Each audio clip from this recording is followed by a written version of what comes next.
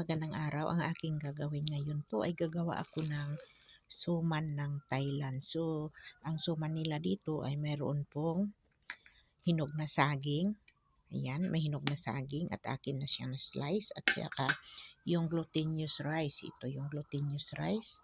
Then after that, nag-prepare na rin ako ng dahon ng saging na aking babalutan at mayroon din po akong pantali ito.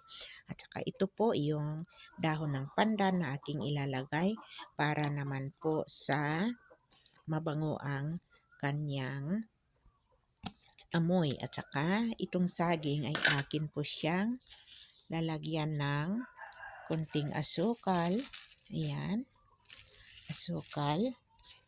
Ayan, para mas masarap at saka maalinamnam ang ating gagawin na suman ng Thailand. At saka naglagay rin po ako ng konting asin para mas masarap siya. Ayan, kunti lang ang ilalagay po natin. Ayan. So, ganyan lang ang pagkagawa. Thank you very much po.